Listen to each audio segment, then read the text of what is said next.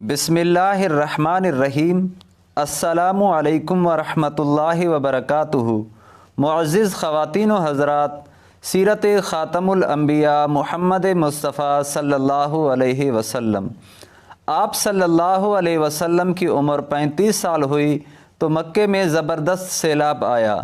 قریش نے سیلاب سے محفوظ رہنے کے لیے ایک بند بنا رکھا تھا، مگر یہ سیلاب اس قدر زبردست تھا کہ بند توڑ کر کعبے میں داخل ہو گیا۔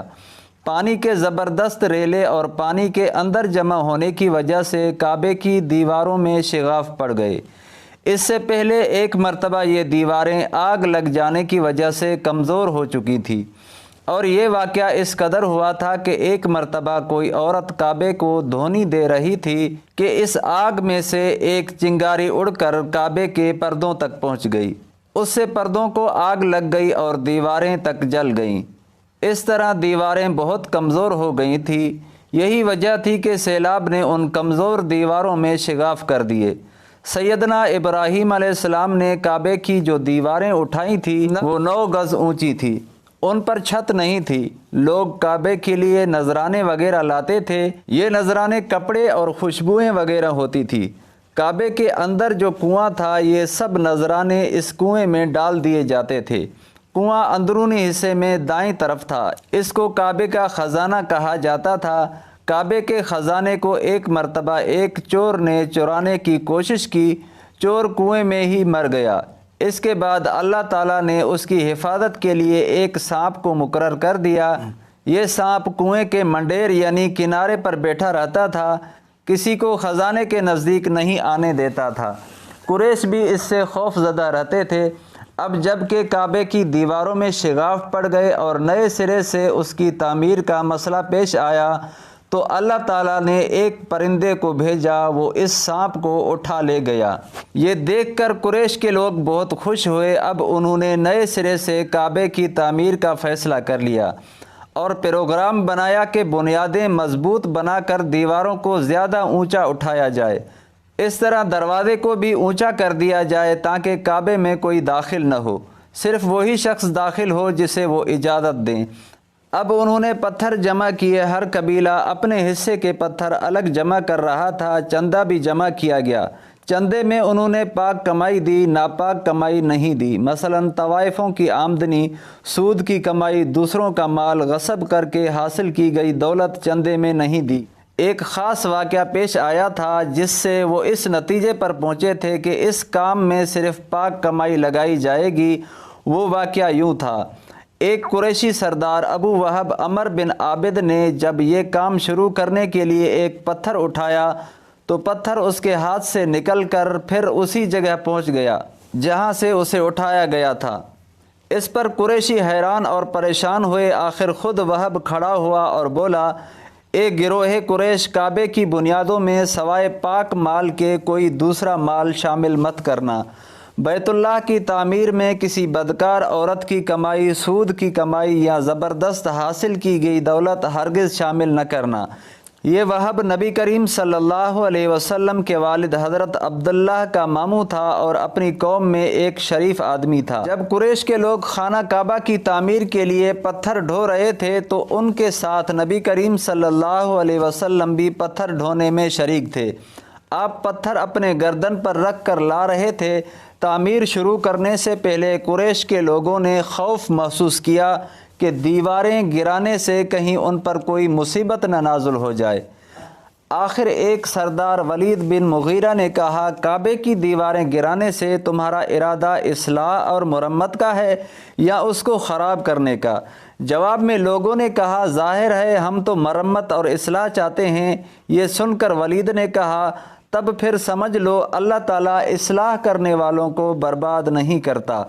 پھر ولید ہی نے گرانے کے کام کی ابتدا کی، لیکن اس نے بھی صرف ایک حصہ ہی گرایا تاکہ معلوم ہو جائے کہ ان پر کوئی تباہی تو نہیں آتی۔ جب وہ رات خیریت سے گزر گئی تب دوسرے دن سب لوگ اس کے ساتھ شریک ہو گئے اور پوری عمارت گرا دی، یہاں تک کہ اس کی بنیاد تک پہنچ گئے۔ یہ بنیاد ابراہیم علیہ السلام کے ہاتھ کی رکھی ہوئی تھی۔ حضرت ابراہیم علیہ السلام نے بنیادوں میں سبز رنگ کے پتھر رکھے تھے۔ یہ پتھر اونٹ کے کوہان کی طرح کے تھے۔ اور ایک دوسرے سے جڑے ہوئے تھے، ان لوگوں کے لیے ان کو توڑنا بہت مشکل کام ثابت ہوا۔ دائیں کونے کے نیچے سے قریش کو ایک تحریر ملی، وہ تحریر سریانی زبان میں لکھی ہوئی تھی۔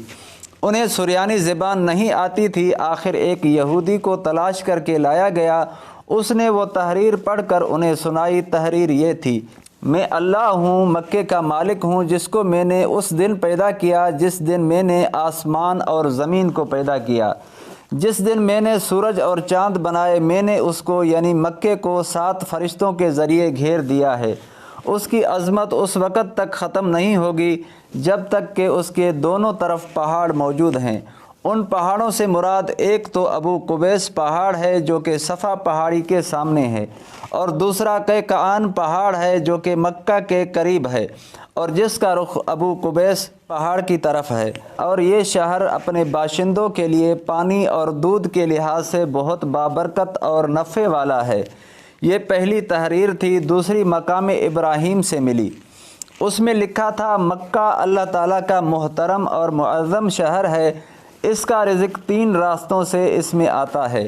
یہاں 3 راستوں سے مراد قریش کے 3 تجارتی راستے ہیں، ان راستوں سے قافلے آتے جاتے تھے۔ تیسری تحریر اس سے کچھ فاصلے سے ملی، اس میں لکھا تھا: جو بھلائی بوئے گا لوگ اس پر رشک کریں گے، یعنی اس جیسا بننے کی کوشش کریں گے، اور جو شخص رسوائی بوئے گا وہ رسوائی اور ندامت پائے گا۔ تم برائیاں کر کے بھلائی کی آس لگاتے ہو، ہاں یہ ایسا ہی ہے جیسے کیکڑ یعنی کانٹے دار درخت میں کوئی انگور تلاش کرے۔ یہ تحریر کعبے کے اندر پتھر پر کھدی ہوئی ملی۔ کعبے کی تعمیر کے سلسلے میں قریش کو پتھروں کے علاوہ لکڑی کی بھی ضرورت تھی۔ چھت اور دیواروں میں لکڑی کی ضرورت تھی۔ لکڑی کا مسئلہ اس طرح حل ہوا کہ ایک جہاز عرب کے ساحل سے آ کر ٹکرا گیا۔ آج اس مقام کو جدہ کا ساحل کہا جاتا ہے۔ یہ پہلے مکہ کا ساحل کہلاتا تھا، اس لیے کہ مکہ کا قریب ترین ساحل یہی تھا۔ ساحل سے ٹکرا کر جہاز ٹوٹ گیا۔ وہ جہاز کسی رومی تاجر کا تھا۔ اس جہاز میں شاہ روم کے لیے سنگ مرمر، لکڑی اور لوہے کا سامان لے جایا رہا تھا۔ قریش کو اس جہاز کے بارے میں پتہ چلا تو یہ لوگ وہاں پہنچے اور ان لوگوں سے لکڑی خرید لی۔ اس طرح چھت کی تعمیر میں اس لکڑی کو استعمال کیا گیا۔ آخر خانہ کعبہ کی تعمیر کا کام حجر اسود تک پہنچ گیا۔ اب یہاں ایک نیا مسئلہ پیدا ہو گیا۔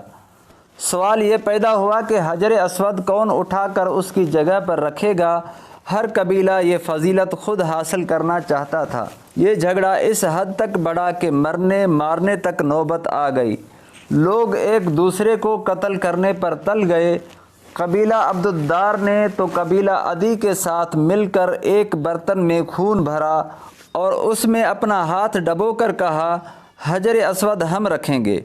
اس طرح دوسرے قبیلے بھی اڑ گئے، تلواریں نیاموں سے نکل آئیں۔ آخر وہ سب بیت اللہ میں جمع ہوئے۔ ان لوگوں میں ابو امیہ بن مغیرہ تھا، اس کا نام حذیفہ تھا۔ قریش کے پورے قبیلے میں یہ سب سے زیادہ عمر والا تھا۔ یہ ام المومنین سیدہ ام سلمہ کا باب تھا، قریش کے انتہائی شریف لوگوں میں سے تھا۔ مسافروں کو سفر سامان اور کھانا وغیرہ دینے کے سلسلے میں بہت مشہور تھا۔ جب کبھی سفر کرتا تو اپنے ساتھیوں کے کھانے پینے کا سامان خود کرتا تھا۔ اس وقت اس شدید جھگڑے کو ختم کرنے کے لیے اس نے ایک حل پیش کیا۔ اس نے سب سے کہا: اے قریش کے لوگوں، اپنا جھگڑا ختم کرنے کے لیے تم یوں کرو کہ حرم کے صفا نامی دروازے سے جو شخص سب سے پہلے داخل ہو اس سے فیصلہ کرا لو۔ وہ تمہارے درمیان جو فیصلہ کرے وہ سب اس کو مان لیں۔ یہ تجویز سب نے مان لی۔ آج اس دروازے کو باب السلام کہا جاتا ہے۔ یہ دروازہ رکن یمانی اور رکن اسود کے درمیانی حصے کے سامنے ہے۔ اللہ کی قدرت، اس دروازے سے سب سے پہلے حضور نبی کریم صلی اللہ علیہ وسلم تشریف لائے۔ قریش نے جیسے ہی آپ کو دیکھا پکار اٹھے: یہ تو امین ہیں، یہ تو محمد ہے، ہم ان پر راضی ہیں۔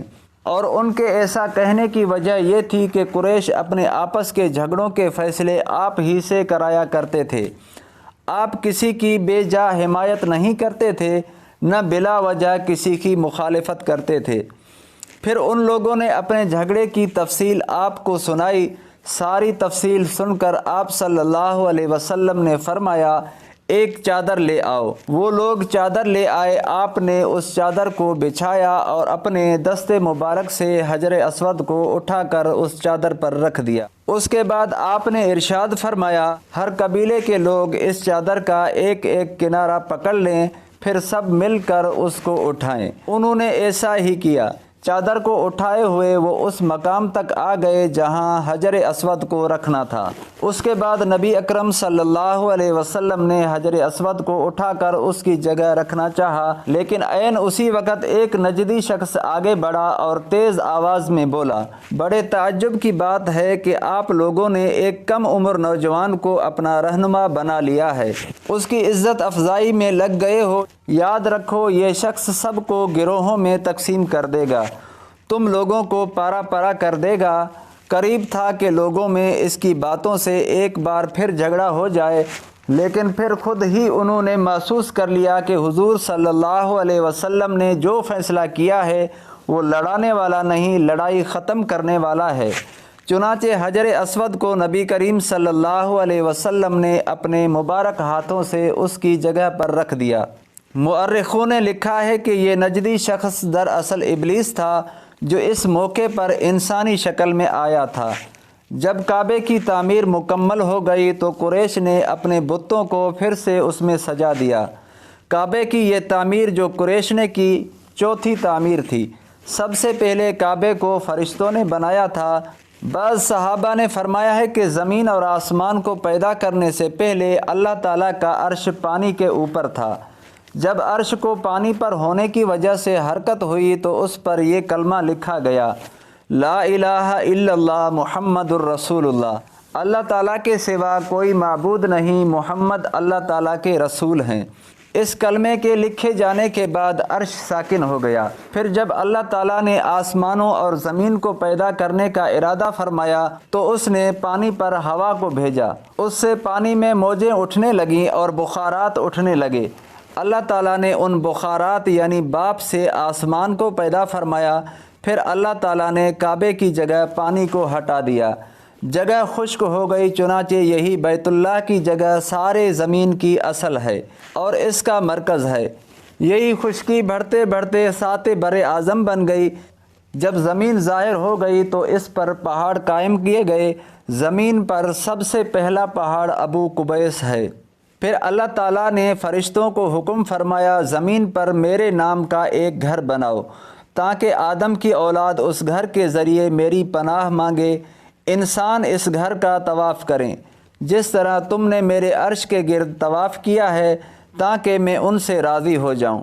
فرشتوں نے حکم کی تعمیل کی، پھر آدم علیہ السلام نے خانہ کعبہ کی تعمیر شروع کی، اس کے بعد حضرت ابراہیم علیہ السلام نے خانہ کعبہ کی تعمیر کی۔